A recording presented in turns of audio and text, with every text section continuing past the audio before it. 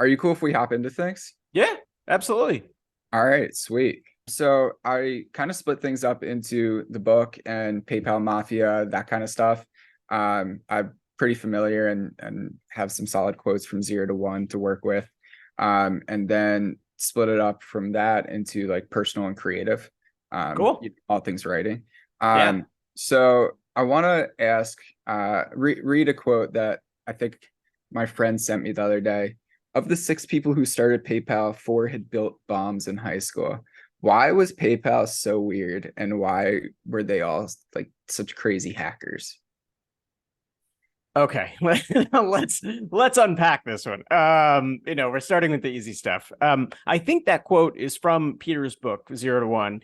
And I came across it during my research, obviously. And I kind of have two thoughts about it. The first thought is he is only in that quote scratching the surface of the variety of interests that people in this group have, right?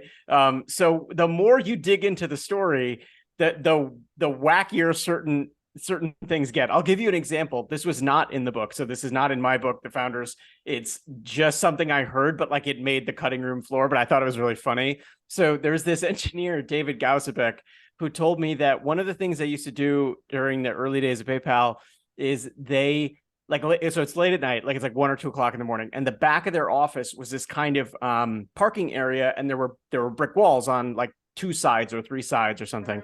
So they had like PVC pipe potato guns, like potato cannons, and they accelerated the speed of the potato cannon so much that they would take potatoes, like shoot them against a wall, and they would like explode into like microscopic pieces. And so like I think that the more serious analysis of that quote and the potato gun story is, you know, I heard someone say something the other day that was like no one ordinary ever built anything interesting, right? And I think I don't know that you can like generalize that much, but if we're being honest with ourselves, most of the people that make headlines for creating big companies or creating interesting things have a little bit of weirdness to them. And if you were looking at it more seriously, you would say to yourself, well, it actually you kind of need to be like you need to have something in you that is willing to cut against convention. You need to have something in you that's willing to look at people like Visa or MasterCard or whatever your industry, like, and say, you're wrong, I'm right. And I don't know anything, and I haven't been doing this for as long, but you're wrong and I'm right.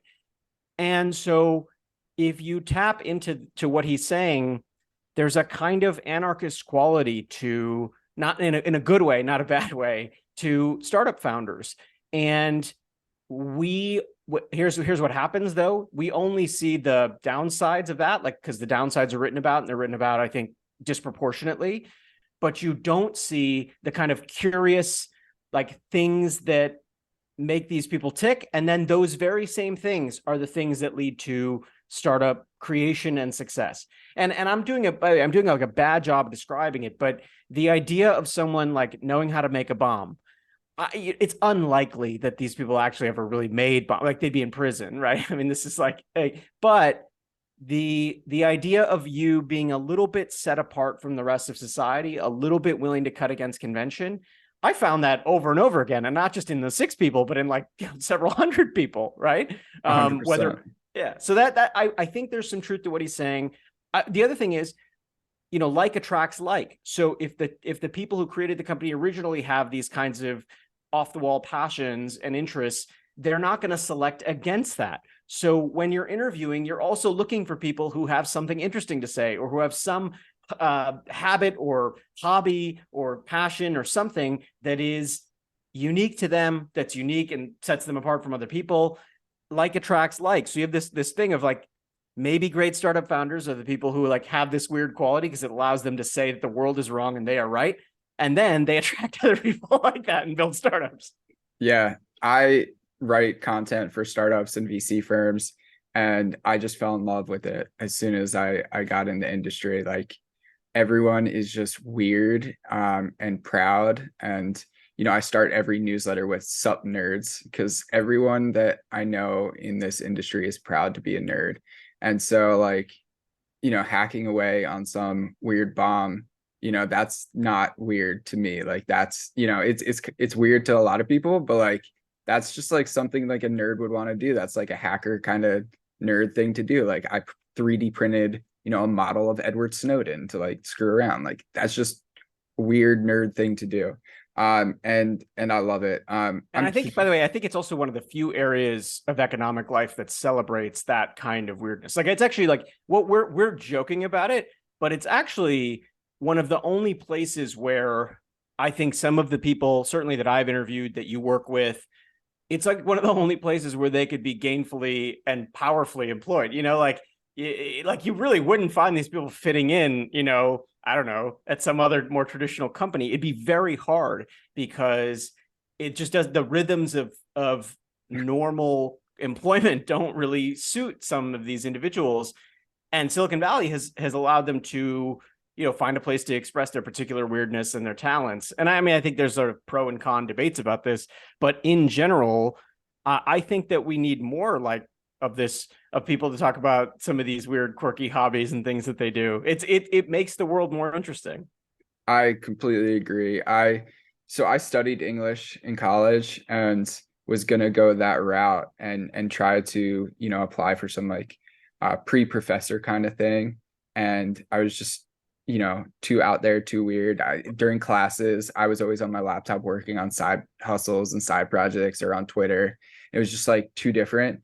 And at some point, so I guess my backstory, I realized like, oh, how the hell am I going to make money as an English major? So learned how to code, did a boot camp, got the coding job, built up the writing on the side, and then the writing took off. But it was like, you don't fit in. I think a lot of my friends and a lot of very online people feel that way. Is like we feel like when we're growing up, we don't fit in. We use the internet to meet people, to learn. And now, like, some of my best friends are my internet friends that I hang out with all the time. It's really funny that you say this because I have a bunch of these people. I'm very similar. I was an immigrant. I was super nerdy growing up. I mean, every nerd box you could check. I was on the chess team. I like did well at math. Like every like if there's a bingo board, I got bingo. But what was interesting, like more interesting to me, is this internet friends phenomenon, because this is no joke. I am closer with some of the people that I have never met in person than I am to some of the people who are my neighbors or people I've known my entire life. And it's because you can more quickly find kinship with people who are like peculiar. Like I have friends, like one great example is my friend who runs the Founders podcast, David Senra. David, like I have yet to like truly meet anybody who's as obsessive about business writing as I am until I met David Senra, where I'm like, all right, like you are a lot like me and you obsess over this stuff in the same way, right? And he's just one example. I've never met David once in person. We communicate several times a week over texts and Twitter and various other things. And my friendship with him, I would sort of grade as like, it was like an old friend entered my life through Twitter and now we're like best friends. It's like one of those relationships. I think that's like the internet friends phenomenon is super interesting to me. And I think Silicon Valley and startups are a place where you take that phenomenon and you kind of like put it into a system that's designed to create companies, and like companies emerge. 100%. Yeah, I'm writing a book right now about memes. So memes make millions, all about meme marketing and whatnot. And I'm interviewing people that like, I would have been friends with if we were in the same school. We were just goofy on the computer making memes and goofing around and on Twitter. And it's like, these are my kindred spirits. And it's very cool. It's hard to write about the internet friendship phenomenon. I don't know if you've ever noticed that, like talking about the experiences of like doing that. It's not like saying a story. I went to a bar, it's interesting from an outside perspective, but I'm playing around with it a lot because the one part of it that I would say that at least again, like I'm generalizing here from my very narrow interactions. So this is like admittedly like there's a ceiling on these conclusions, right? This isn't academic research. I'm just sort of talking with you. But one of the interesting things about it is if you think about where your friends come from. I have a 7-year-old daughter. She's about to be 8. And it's like a very good window into like how do friendships form. Like for most of human history, friendship was basically geographically limited, right? You were friends with people because like you had the locker next to them or like you ended up as neighbors, or maybe you're in the same class, or like you sat at the same lunch table, you graduate to college. Okay, your friends are probably mostly in your dorm, right? So it's very, very, it's entirely a lottery. It's like it's a geographic lottery, and you could win and you have great friends, or you lose, you don't have great friends. What's great about the internet is, at least my internet friends, it's purposeful friendship. If I notice something, I think you and I connected because we were like noticing interesting things about each other on Twitter, or like work overlapped. It almost short circuits all of this sort of like accidental meeting up. And we know we're meeting with purpose. We know we're connecting with purpose. So I actually, like, in a weird way, I think over the long haul, like if you were to look a century into the future, I think internet friendships are going to be better than like real friendships. I mean, that's maybe controversial, but the people I meet now, I consider sort of like wedding and funeral friends, where it's like these internet friends now, like I don't want them to attend those things digitally. I'd like them to attend in real life. But these are people where I have so much in common. And it is because of the internet. And it's because the interest is what drew us together, not like having the locker next to Jason. Exactly. I feel that 100%. My wedding's coming up in 11 months, and there will be a table full of Twitter friends. One of my Twitter friends will actually be a groomsman. That's amazing. Yeah, it's pretty incredible.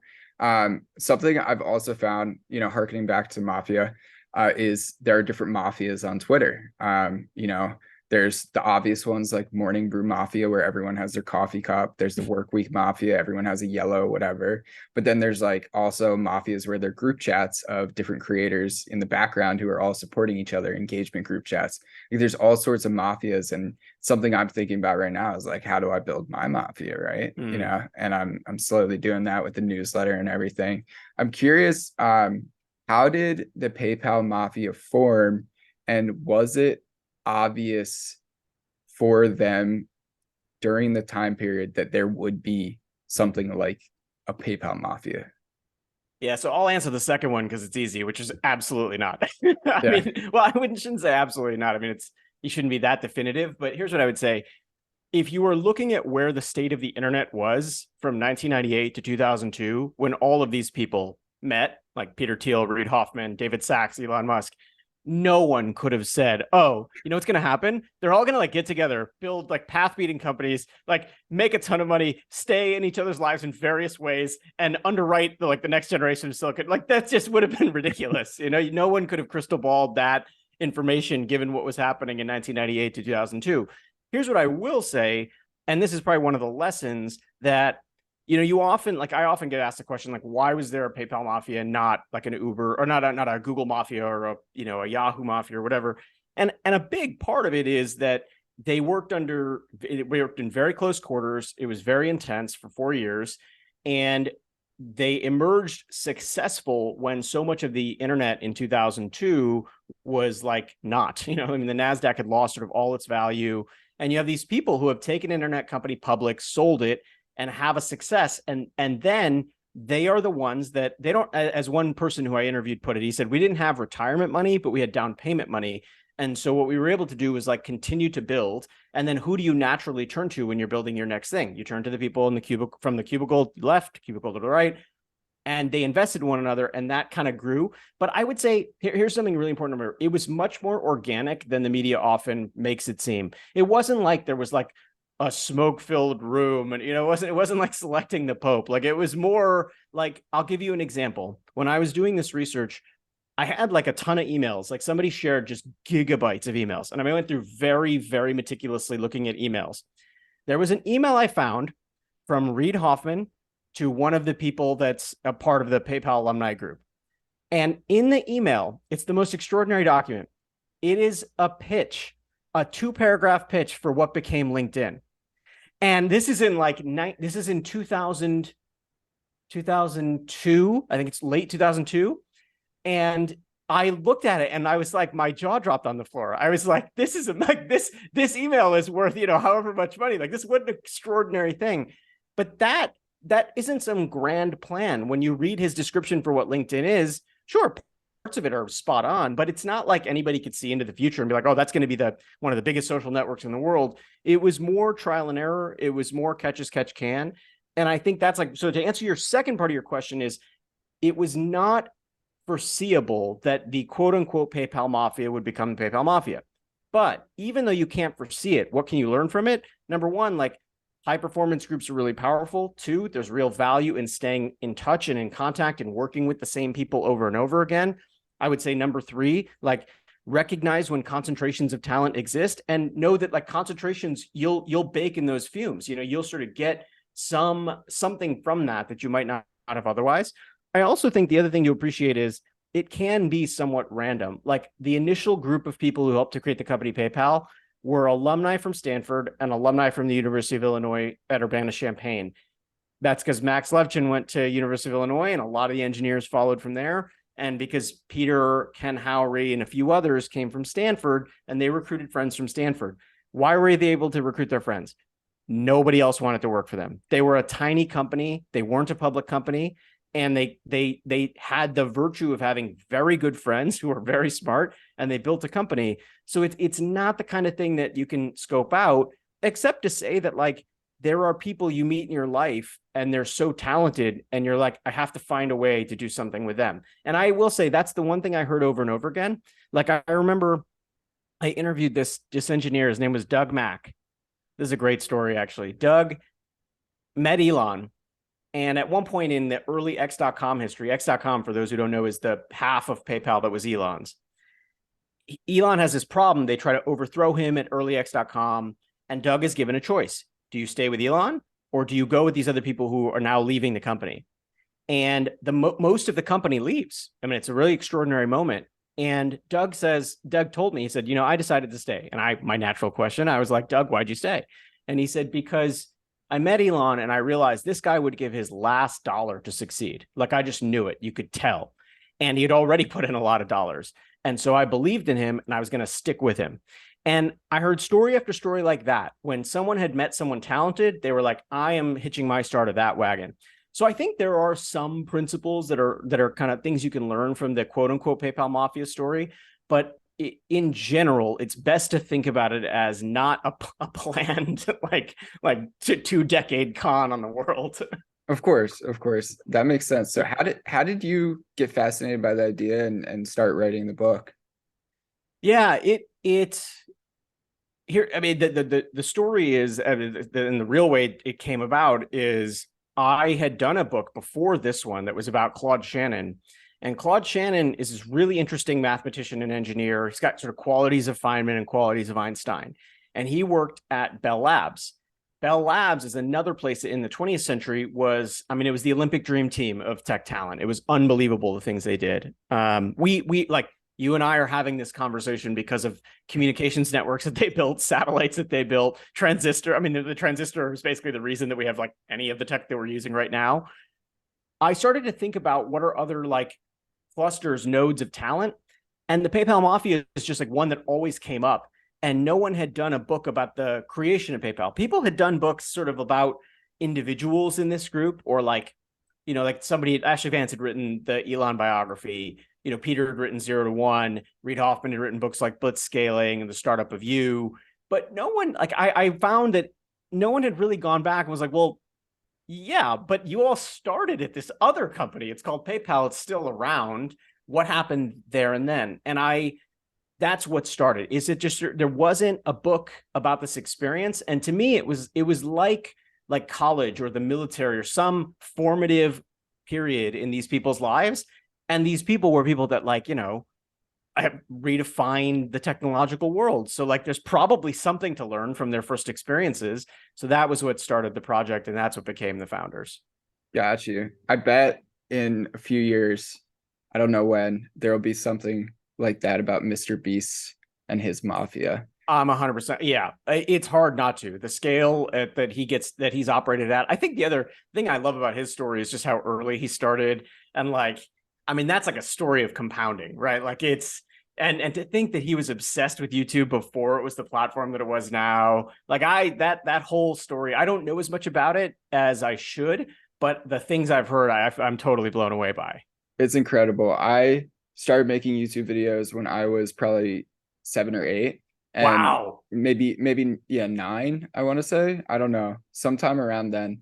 And unlike Mr. Beast, though, I did not have that stick with it behavior. Whether it was natural, my parents were fighting a lot, divorce, like going through that, emotional. I also just, yeah, I just didn't have that. And it's so interesting to see somebody like that who did. And Mm. it's beautiful. And I hope when I have kids one day, whatever they choose to do, like, the power of compounding, is Oh, it's just like crazy. if you start young, you know, like you could do a lot, Yeah, and I actually think it's one of the things that as a parent it's hard to get right. Like I can only do so much. You can only encourage people so much, right? Um, and then there's kind of also like this challenge of like, Mr. Beast probably also like didn't have the easiest childhood growing up because of the YouTube obsession. I mean, we see the success, but we don't see everything that came before it, right? And but I am 100% on board with you on the idea that starting early and staying with an obsession way past what is normal is, to me, like it's the quality that defines my best friendships, my best projects, everything I'm interested in. I like obsessive people who like stick with their obsessions for 50 years. Like that's my thing. I think you're right. It's hard to do that. How does somebody do that?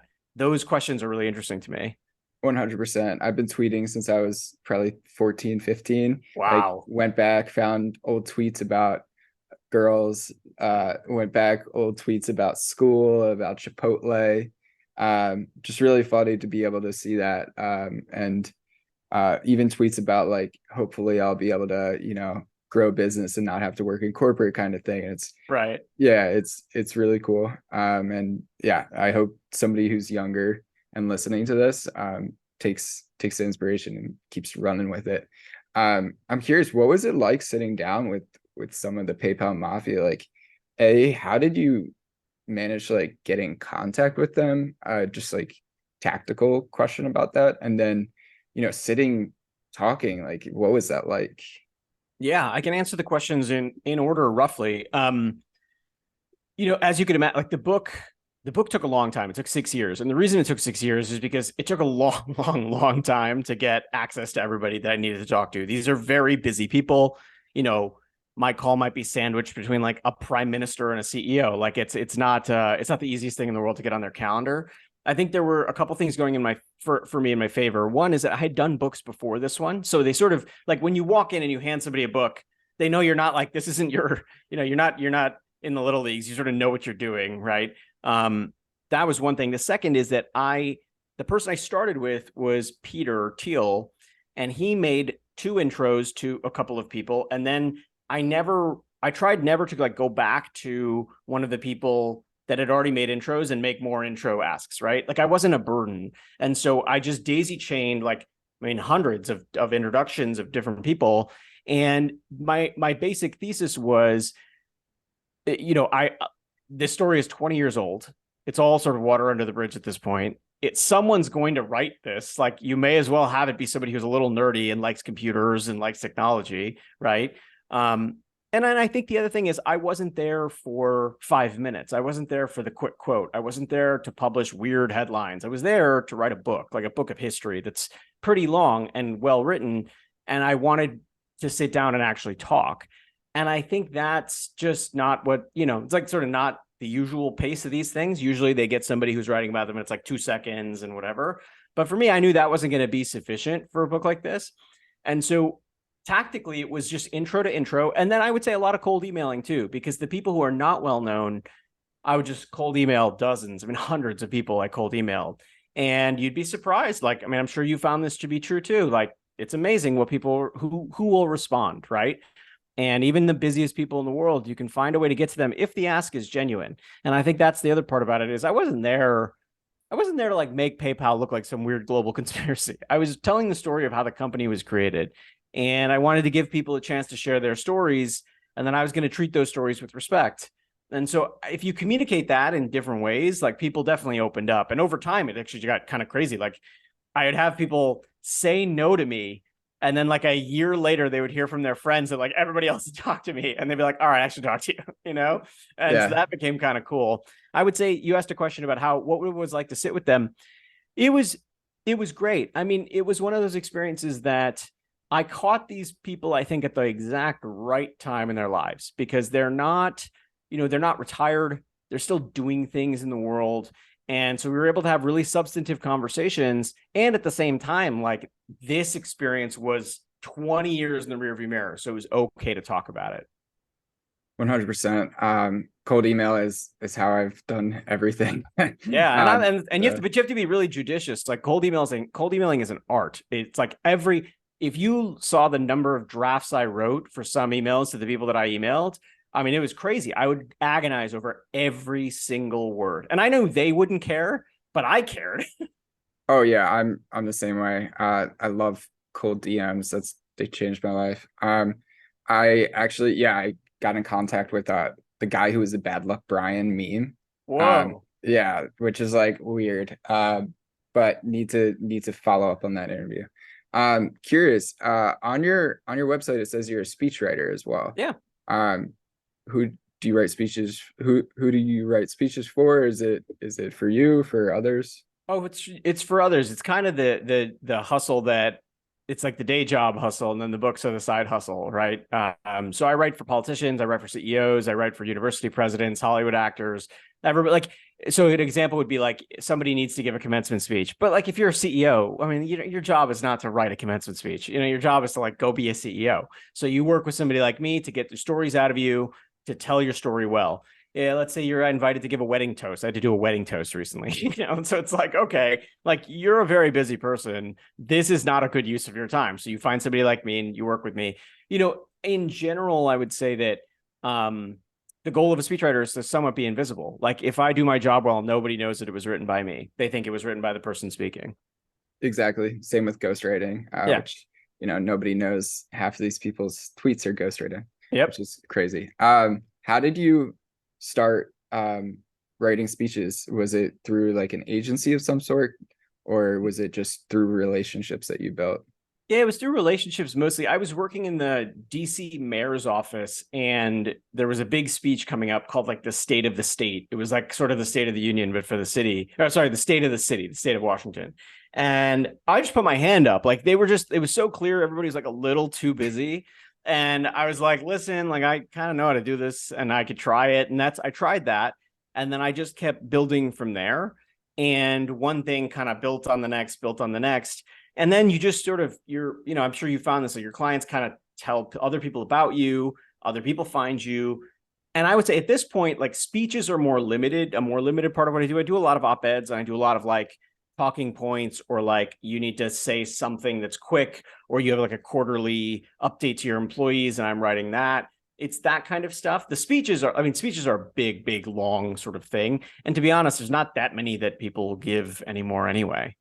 Interesting. I didn't realize op-eds were Oh, ghostwritten. yeah, like almost all of them. That makes sense. That's so cool. I'm curious, what's kind of your style of writing? Like, me personally, just when I wake up, just coffee and start writing until lunch, and then take a break, and then nap or something in the afternoon, and then write at night in the after whenever. Like, my newsletter, it's weird. Like, I don't set hours to do it. I just like sit down and start doing it, or in between things. Curious what your preference is on that stuff, and also how managing it as a father, because I'm nervous as hell about that. Yeah. So I'll answer that in sort of sequence. So, because one shapes the other. So I get up super early in the morning and I do my writing that's for me first. So this morning's a good example. Like 4:30, and between 4:30 and 9:30, I was working on book projects that I'm currently engaged in. And it's what I sort of think about as like distraction free time. The world basically like doesn't bother you from 4:30 to like, I don't know, around 8:30, right? And you can kind of like, nobody cares because nobody's texting, right? And so nothing, and like, because nothing's urgent, you can actually get done like the important personal stuff. And so I typically I will try to cut the time between when I wake up and get started. And generally that time is sometime between 4 or 5 o'clock. And like, that's like a good day for me, is when I start then, because then I can just get that stuff out of the way and then switch to client work after. because then you just, you're sort of like making your business work, right? And so that's kind of how I split up the day. And I would say, like, I don't know how your experience has been, but it does become a little bit like training a muscle. Like the more you write, the better and easier it is to write more, And so for me at this point, like if you said to me, hey, I need an op-ed by 3 p.m. about this subject, it's going to sound crazy, but I could do it. Like, it's really not that hard anymore. It's not great. It's also a bit of a scary skill because you're like, wow, I could argue on any side of a topic, no matter, like it's like a little weird, but it just gets easier over time. At this point, I've written hundreds of op-eds, right? And so it's not that difficult. So, but my schedule and my kind of practice is like, just get up and get going. Because if you don't, then everything else, every other little thing crowds the day, right? Like, it's astonishing how much time you can lose to like Amazon returns. I mean, like, there's like random stuff that happens. You get an email about something and then you're distracted for 25 minutes. The way to beat that for me, just do the important stuff as early as possible. Do it 7 days a week. Like, I found that works really well for me. If I don't break the chain, it becomes like a default. At this point, it's my default. My default is just get up and go. And there's not like a way that there's no other way I have to think about it. It's not like I wake up and I'm like, I should really like take a day off. I'm like, nah, just like get up and go. Like, this is you asked a really important question, which is, how do you do this as a dad? So it's even more important for me once I became a dad to like keep the insanely early schedule. I didn't keep an insanely early schedule before I became a dad, but because my daughter gets up around like 6:30, 7-ish, and she really wants to go like right when she wakes up, I have to use the time in the morning productively because otherwise there's no time left. And I'm too tired by the end of the day to do anything productive. And so I just get up, like, and it's actually funny. I'll tell my friends, I'm like, I'm on borrowed time. My daughter, like Venice, my daughter's name is Venice. I'm like, Venice is going to be awake. She's going to be awake in 2 hours. I'm on borrowed time. I got to go. And so I don't do any phone calls. I don't do any meetings. I don't do anything in that early morning time. And then everything else after that is just whatever. Nice. Yeah, I love waking up and just working on my own stuff first. I was telling a friend who was getting too busy ghostwriting to work on his own work. I was like, you got to treat yourself like the best client. Yeah. Are you? And it's hard, by the way, it's super hard. Like I say all that, and this schedule took a lot of like pain and, reshuffling and stress and how does it work and how do you overcome all that stuff is real. But I think the abiding principle for me is if I do my stuff first, it's like almost like I won the day, and then everything else is like going to be great. But if I don't do my stuff, when I'm doing client work, I'm always in the back of my head, like, why did I do that? I should have done my stuff, and now I can't get it done. And now I have this excuse, and then this email came in, and then this crisis happened. I just don't want to deal with that. Same. I feel that completely. Yeah. So you're working on a new book? I'm working on kind of two new projects that are book length. And one of them is probably a little bit more at liberty to talk about than the other. But it was one of these situations where like I wrote a proposal that didn't sell for a long, long time, and then all of a sudden it sold. And it was this story has not anything to do with tech. I met this woman who had spent 36 years in prison for a crime she did not commit. And I met her, and she was the most amazing person because she kept fighting for her freedom year after year. And I was like, Judy, you should really write a book. And Judy was like, well, I've spent 36 years in prison, Judy. I have no idea how to do what you're describing. And so I worked with her over the course of several years to try to sell this book. And we could not get a bite on it. And then Hachette bought it all of a sudden. And so I've been working on that and then another tech book, but I'm going to save that one for the next time you and I talk. Nice. How did you sell your first book, like finding an agent and stuff like that? Cold emails. So this is like gets back to my first book was called Rome's Last Citizen. I basically convinced my buddy Rob from college. I was like, we should write a book proposal. And he was like, we don't know anything. And I was like, doesn't matter. We're just going to write the proposal and then we'll see if we can get somebody to bite. And we sent some cold emails. And I actually sent one cold email to an agent that had gone to Duke, where I went to school. And she responded and she decided to represent the project. And then she sold it. And so it was a classic, like I eat my own dog food. Like the cold email helped change my life too, because that was what led me to my agent. And that's what led me to book contracts and doing that kind of work. Nice. I'm working right now with her name's Ellen Fishbein, kind of indie publisher. They just published what's his name? Tim Draper's book. Oh, cool. So Yeah, it's cool. Definitely want to explore. Yeah, the hardest part for me, like as a teenager, was how do you get an agent? Like, how the hell do you find this person? You know? Yeah, it matters less now. Yeah, Look, you're somebody that you have an audience, you yeah, have people who are paying attention to what you're doing, you have a way to distribute, and production costs for books are so low now that for my next projects, I'm not sure I'm going to go with a traditional publisher. Like, I'll be interesting. honest, like it's nice, but they don't. I mean, it's nice and there's some support and some editing, but I can find everything I need using independent sources or using hybrid publishers, that kind of stuff. And the economics are way better for authors in some ways if they don't go with a traditional publisher, because Yeah, unless you're getting a huge advance, like you're just sort of getting a advance against sales and the royalties are super low. So there's not, I mean, I've said this before, but like there's really nothing like stopping somebody from having a multi-million copy book where they make many more millions of dollars than they would have if they had gone with like a Random House or whatever. And so I would like, I don't know. I'm somebody who's done every book I've done with a traditional publisher.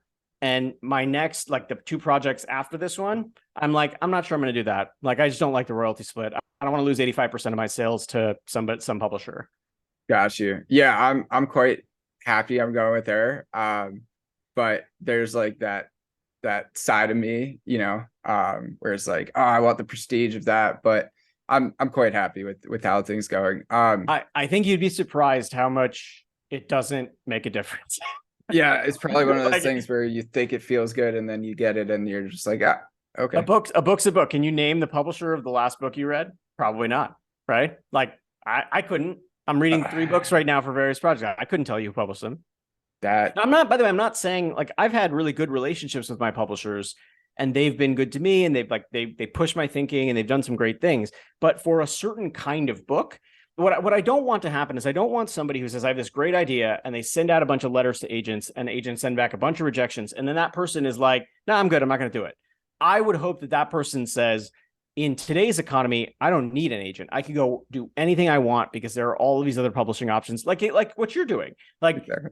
and your book could, I mean, like your book could outsell many traditionally published books. Like, Yeah. in Well, fact, I have no doubt that it actually will. I'm like convinced that it will. nice. I appreciate it. I'm very happy with how the pre-sales are going and having a lot of fun with it. Speaking of books, what have you been reading?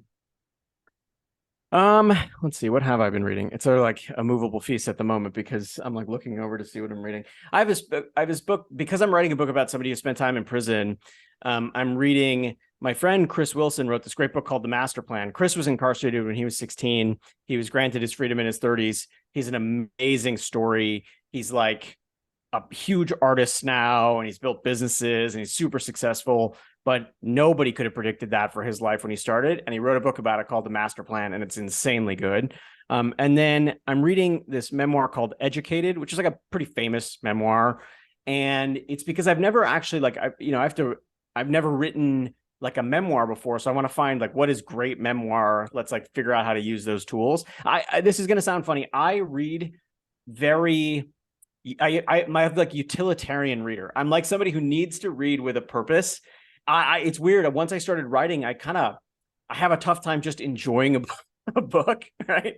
I have to like have a reason, and hopefully I shake that habit because it's not actually a great habit. It means you can't find random things to enjoy. But I am reading those two pretty closely. Like, and when I say reading, I mean I'm reading them, but I'm also like marking them up.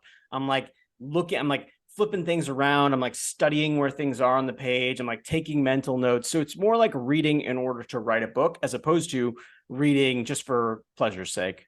Got you. Got you. Yeah, I definitely feel that. You're a paperback person still? I am. I don't know why. I mean, I think it's force of habit for one. Two, I find that I've never really played with a Kindle for an extended period of time, like long enough to appreciate it, maybe, but I think I'm going to get into it soon. And I love audiobooks. I'm like an audiobook and a hardcover guy. I think that's going to change. I just like every one of my friends is like, why do you have like mountains of books in your house? They're just taking up space. You just should switch to the Kindle. There is also, for my line of work, there's value in like if I have a thought about a book I read, being able to pull it off the shelf is a different experience than having to go into a Kindle archive. I could be wrong about that, but it just feels that way to me. Yeah, I switched completely to Kindle because of an app called Readwise. Oh yeah, yeah. Yeah, just absolutely love it, and I import everything to my Notion, so it just like is all in one place. So I'm obsessed. Obsessed. Okay. Well, Yeah. that's a strong recommendation. I should do that, I think, because it might also actually make my research process easier. Some habits you're just like I'll give you an example. Like my first thing I do in the morning when I'm in book mode is I read. I don't write, I read because I want to like get the brain going and give, caffeine time to do its work.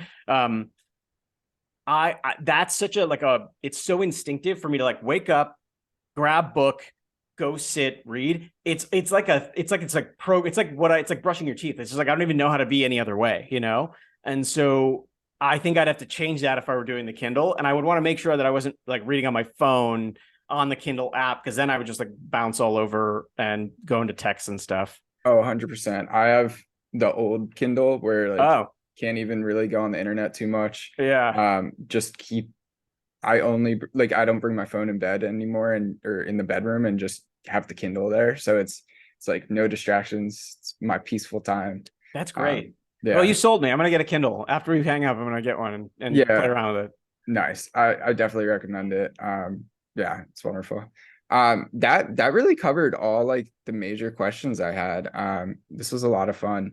Yeah. I guess if I had to ask like one more question, kind of like book marketing and that kind of stuff. Getting the word out there, any like unconventional strategies or things that have worked really well for you. Yeah, I would say there. Let me offer two. One sort of a strategy, one's a tactic. The strategy is, and you can appreciate this. I mean, I know you don't even need to be told this, but this is more for like people who are listening. Um, your book launch is the rest of your life. It's people treat launch as like one day or 1 week or like I've got to be on the bestseller list for this month or whatever. It's actually like if you write a great book and the book is relevant, just keep selling. Like, what's the downside of continuing to sell? I still do book marketing for my Claude Shannon book. That book's been out for like 7 or 8 years, right? And I still get like sales and interest and people and whatever. And so I think that's like one thing to remember is like marketing is not, to me, a book marketing is not like you do it once and then you're set. It's IV. It's like an IV. It's just going to drip for the rest of time. Now, not everybody needs to do that. It depends on what your goals are for your book. But if you love what you created, and you took a long time to make it, which books take a long ass time compared to anything else, why not continue to sell it years after it's been out? I never got why authors are just like, nah, I'm good. I'm going to give up now. Right. Like, why? Like, you can still pitch, you can still talk to people. There's still millions of people have not read The Founders. I'm not going to stop. There's millions of people that should hear about it. That's one thing, is like to think about marketing as a long game. The second thing I would say is, of the things I've done for book marketing, the one of the best was Reddit. Like, Reddit is an underrated and like truly underappreciated corner of the internet. And my AMAs there were amazing. People asked such good questions. They were really thoughtful. They went and bought the book. I noticed the sales spike. And people don't think of Reddit as like a place to go talk about books, but it's actually like one of the biggest book communities on the internet. And I can't recommend it enough. Like, it's like one of those places, like it feels more obscure than it is, but the people there are really thoughtful and super nerdy and like really engaged with ideas, and not on everything, obviously, but like for books and for a specific kind of book, Reddit can, like, if you love Reddit, Reddit will love you back. Yeah, yeah, I feel that. I've gotten a bunch of newsletter subscribers from Reddit, just doing an AMA about social media marketing, content writing, working with startups, that kind of stuff. I got to do that for the memes book. Actually, that's a great Yeah. idea. I didn't even think of that. Oh, it's like, and it's also like Reddit is where memes are born. It's where they like take Yeah, over the internet. Like, come on. I mean, that's the place. exactly. Cool. I think that was like all the main questions. I'd love to do this again sometime Yeah, soon. absolutely. And And let catch me know. up. And it'd be great to help with your launch, and congrats on pushing on like not waiting for somebody to give you permission to do the memes book. You were just like, I'm going to do it. Gonna do it. Yeah, I Yeah. actually I set it up first on Amazon by myself. It got taken down because memes wasn't allowed to be in the title. I put it on Gumroad, got like 40 pre-sales, Oh, wow. and then signed kind of the book deal with the indie publisher Ellen, and Altamira Studio. And so like I'm so glad. And at first, even before the Amazon, sorry to go into the story of this, before the Amazon, I asked two friends if they wanted to co-write it with me. They were too busy making memes and, you know, working on the project. And yeah, I'm very glad. And I hope that a listener can also appreciate that and just go do the thing. Like, Go do the thing. yeah, You don't have to wait anymore. exactly. All right, Awesome, Jason. cool, man. This This is a ton of conversation, fun. yeah, this conversation is going to go live on Sunday. I'm gonna do a couple posts around building your own mafia, and yeah, we'll make sure to feature the book heavily. Awesome. I really appreciate it. All right, thank you. All right. Have a good one, man. Bye.